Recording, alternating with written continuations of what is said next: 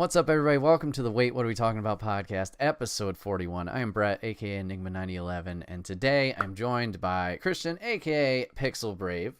Hello. Today, we're going to be talking about a bunch of stuff for you guys, but remember, you guys can catch the podcast live over on twitch.tv/Enigma9011 every first and third Saturday of the month.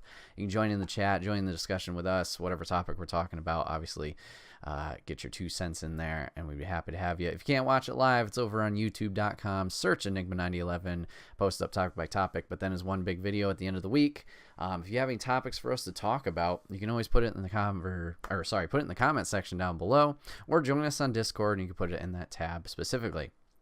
And then, let's see, last thing, remember today we are sponsored, #ad by the merch store. You can get all of your Enigma 9011 swag over there, t-shirts, backpacks, cups, and more. Did I say backpacks? I did say backpacks. You can check it out over there, rep the brand, support us, that'd be greatly appreciated. Okay, so Christian, is your first time on the podcast. Appreciate you being on here.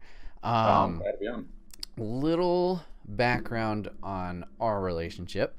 We met, I believe it was Kind of Funny Live 2 real briefly, because you were doing your crazy vlog recording that you always do. I was vlogging around KFL too. Yep. Yeah. But I remember you're very good at like quick turnaround with those videos. I remember Kind of Funny Live 2, you like record and then it'd be up the next morning and stuff like that. That was definitely 2 then, because I think at 3 I kind of started finally taking a break.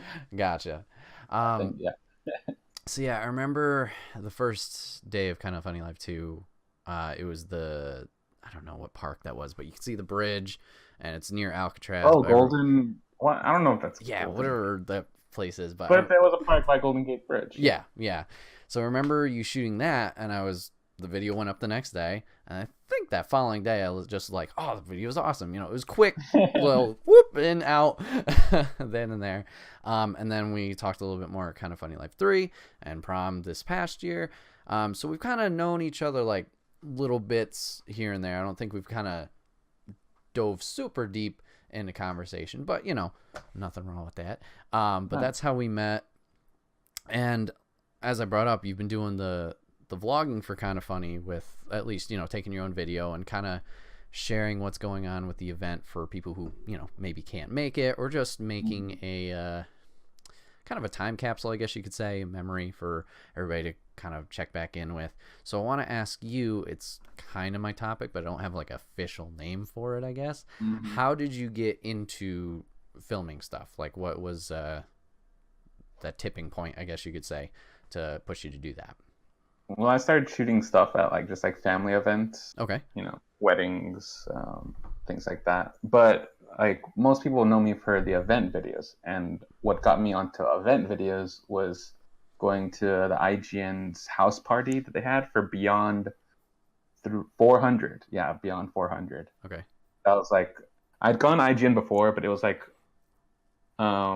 I was in the city for like personal reasons, and I happened to just ran into Fran, and he mentioned, "Oh, you're a fan. You should come check out the office." But like, I didn't really get to meet the community in person, other than like forums and stuff. But Beyond 400 is when I finally got to like be around other community members, and shooting that was like kind of my way of, I guess, easing into, like, it's always kind of weird meeting people for the first time. Right. And so I just kind of took all those like old family.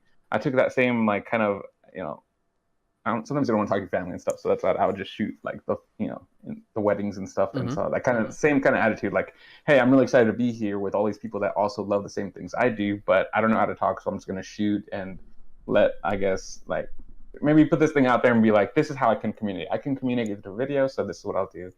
And people were really responsive to it. Mm-hmm. And so that's kind of what got the ball rolling. And for the longest time, it was just like, this is just what not what I do. Well, I feel like that's like reductive to say, like, this is how I communicate to the community, is by being there as the fly in the wall to also, like you say, kind of capture this time capsule for people, but also to share the memories with people who can't be there.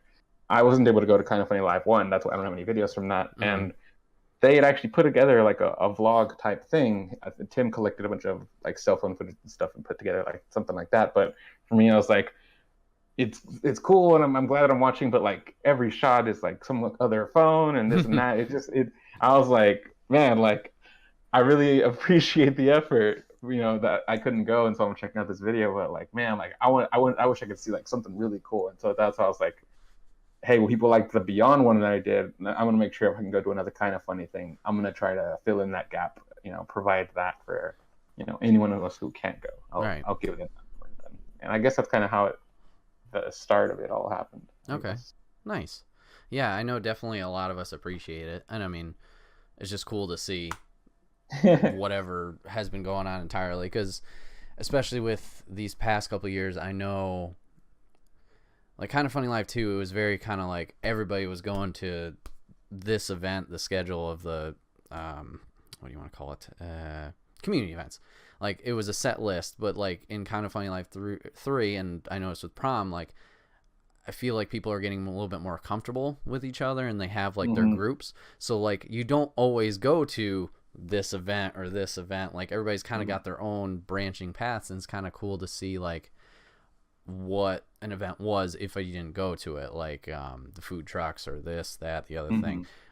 So it's a nice filler, I guess you could say, for the rest of the event and to see what is going on.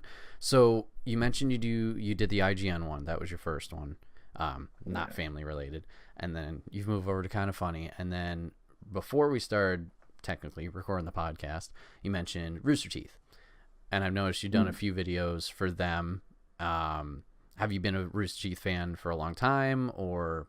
No, honestly, like and it's so crazy because they're like one of the biggest production companies here in Austin, which no, I'm from Austin, Texas, and for the longest time I was convinced that Rooster Teeth was just some kind of Microsoft thing. Because the big thing about Rooster Teeth is red versus blue, which is a Master Chief model in a red and blue skin. And so every time RTX would happen or Rooster Teeth would be doing a thing, obviously like they just got all these red and blue Master Chiefs all around. So I'm like, oh, it must be some kind of esports or something like that. Something like RTX just sounds like an esports event. And so for the longest time, and I never played Xbox or anything, I was always PlayStation or Nintendo. So I had all this degree of separation from that. So I for the longest time, I didn't even realize what RTX was. I just thought it was some kind of esports or Microsoft thing. But it wasn't until Kind of Funny joined forces with them, and they were like, oh yeah, like since we're partners now, we're gonna do like a stream of Ruby. And I was like, I've always heard about this Ruby. Let me check it out, And that's kind of like after Rooster Teeth and Kind of Funny became friends, that's when I started becoming a fan. So it's only been in the last like 3-4-ish years that I've really started to get into that. And yeah, I really like, I have no idea that they did so many things. They have podcasts, animations, live action shows, movies. It's like they do everything. And so I really admire them now, and am just still continuing to learn so much more about the company. Yeah, it's nuts, all the stuff that they do.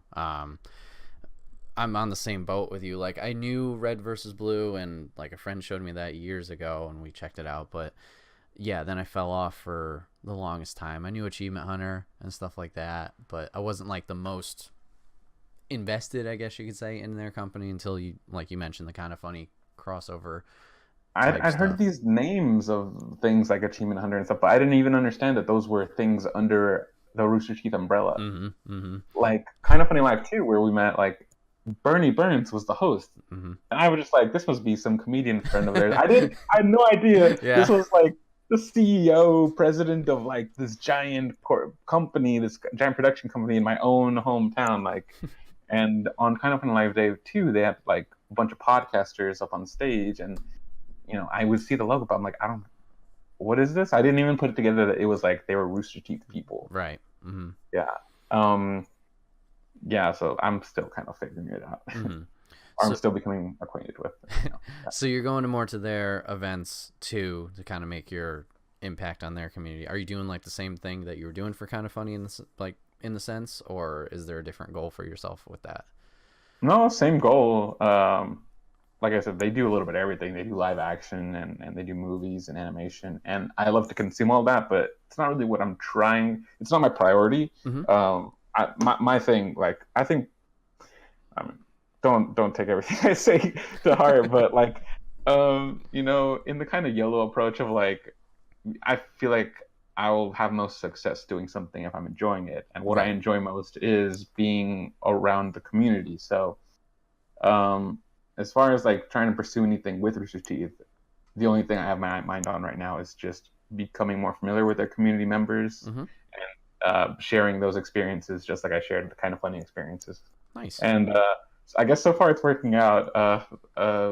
People have watched the different, so at last RTX was when I kind of went a bit more hard. Like there was a community picnic, and like some community members went to like a pop-up shop, so I was capturing that, and people have been digging that. So I just want to keep that as the goal right now, is to just keep doing that, keep showing the other Rooster Teeth fans that I'm a fan and would love to share any memories or any events that they wanted to share with the rest of the community out there that can't come into Austin. Mm-hmm. Awesome.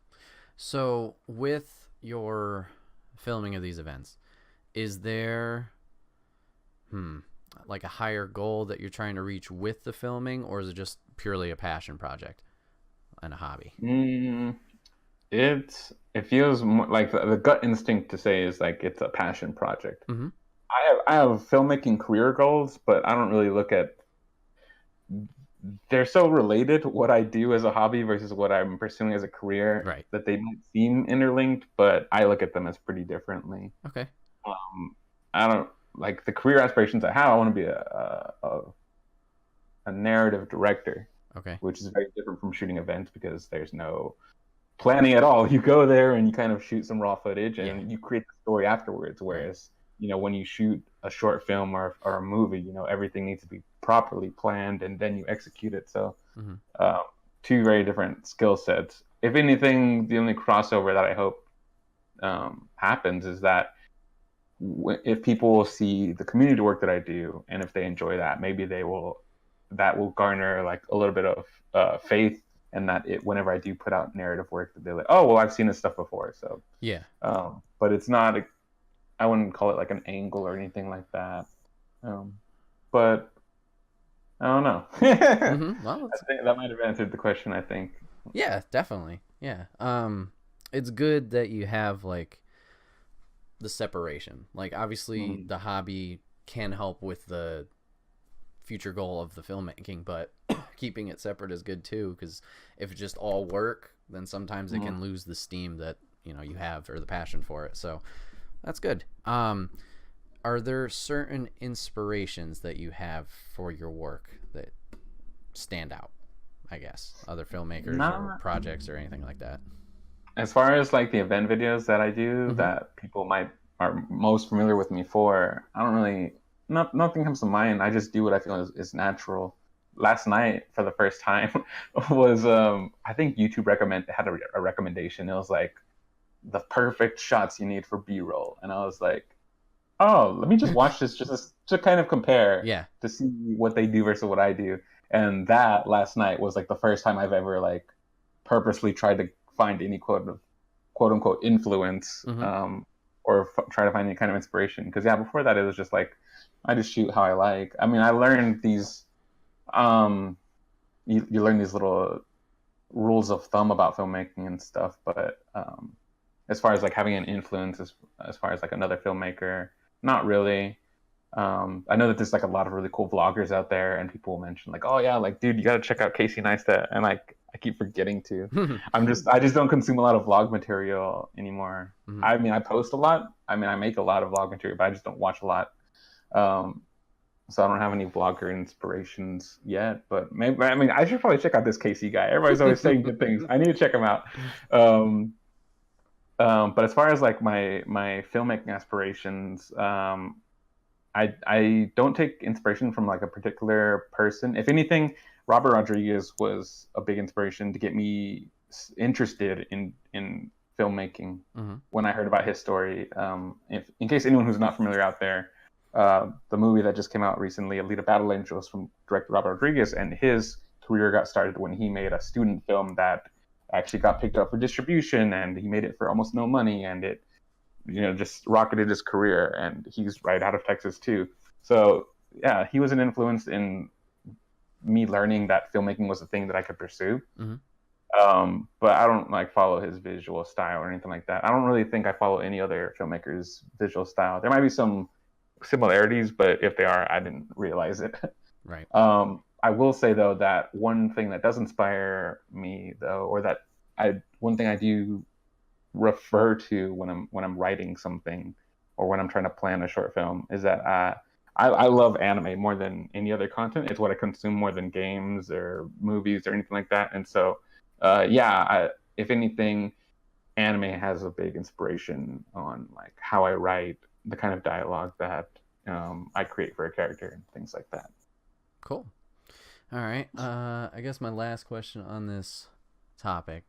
So we talked about before recording, and then I also watched your vlog today on Twitter. You've decided to leave your day job, and you're Yeah. pursuing new projects. What are your goals for yourself, I guess, with this new venture, I guess you could say? Well, that's a tricky question Mm-hmm. because the two are also very separate. I Uh-huh. didn't it's super coincidental timing that I put out.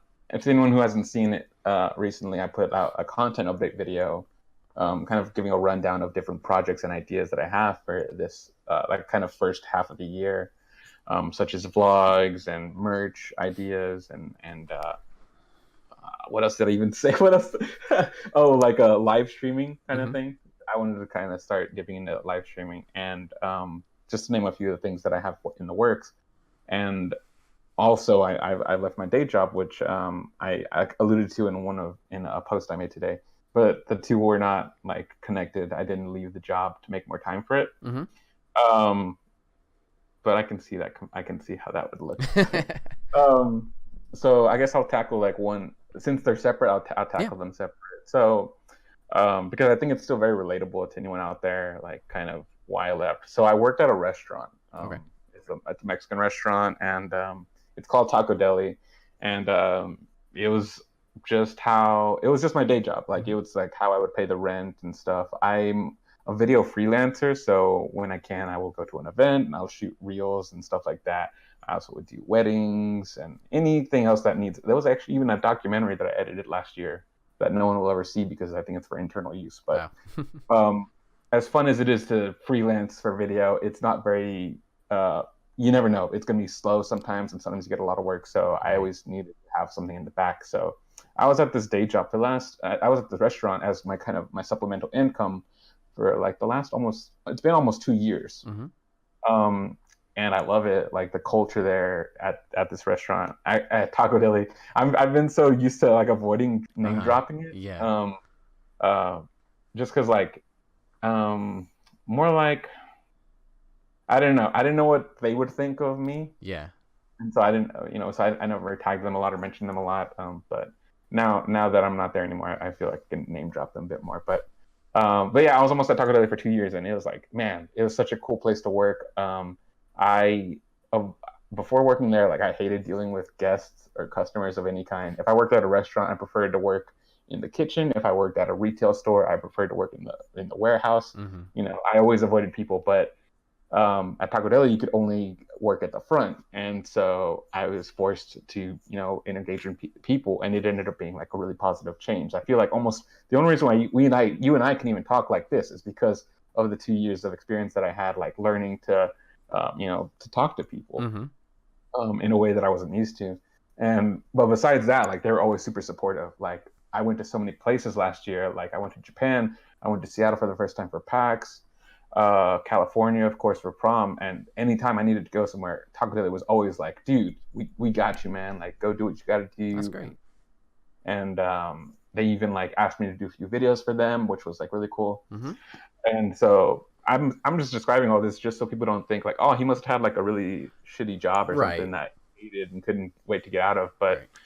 um, really, more for anything, I was kind of approaching like my second like 2 year mark, Mm-hmm. and man, in the last 2 years, like thanks to their support, I've been able to do so many great projects and collaborate with people, and so I just kind of found myself like it's it's the new year, and it's all about everybody's making big changes. A lot of the content creators out there are making big moves, and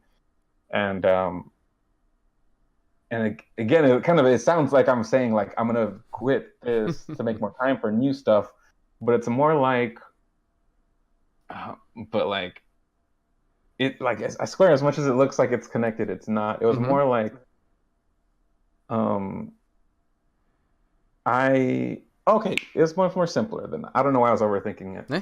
As much as I enjoyed the time there, to put it simply, I'm just getting too old. Okay. Like when I first started working there, we close at 3 o'clock every day. Mm-hmm. We only do breakfast and lunch, and so we close at 3. So when you take in the time it takes to close down the restaurant, I'd be home by 4:30 or 5. Mm-hmm. Super early in the day, lots of time to do videos and editing and stuff like that. Uh-huh. And I had the energy for it back then, but I'm so surprised that in 2 years, like I just can't maintain that anymore. When I get home, and nothing's changed really. We're a bit more popular, so more people come in, and so I get a bit more tired. But Mm-hmm. I really think I am just getting too old for this shit, as people say. Uh-huh. I would get home and I didn't have the same amount of energy to put out a video and or to work on anything. So it wasn't so much that I left it to make more time, but more that I wanted to give my body a bit more rest, my mind and my body a bit of um, a retreat, I Yeah. guess, from that. So I guess it is more related than I imagined, but it isn't so much. I guess I said making more time is just more making sure that I have enough energy to put into my creative works. Yeah. That's good. It's that self-care aspect, which is Yeah. definitely important because a lot of people forget about it. I'm definitely one of those people. But that's good.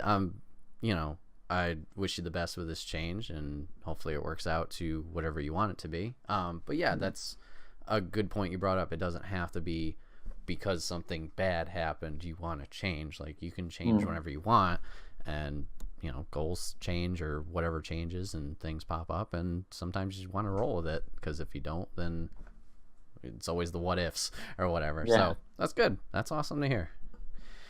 All right, so I think that wraps up topic 1 on the filming and whatnot. I'll have to think of a clever title of what this actually will be called, but yeah.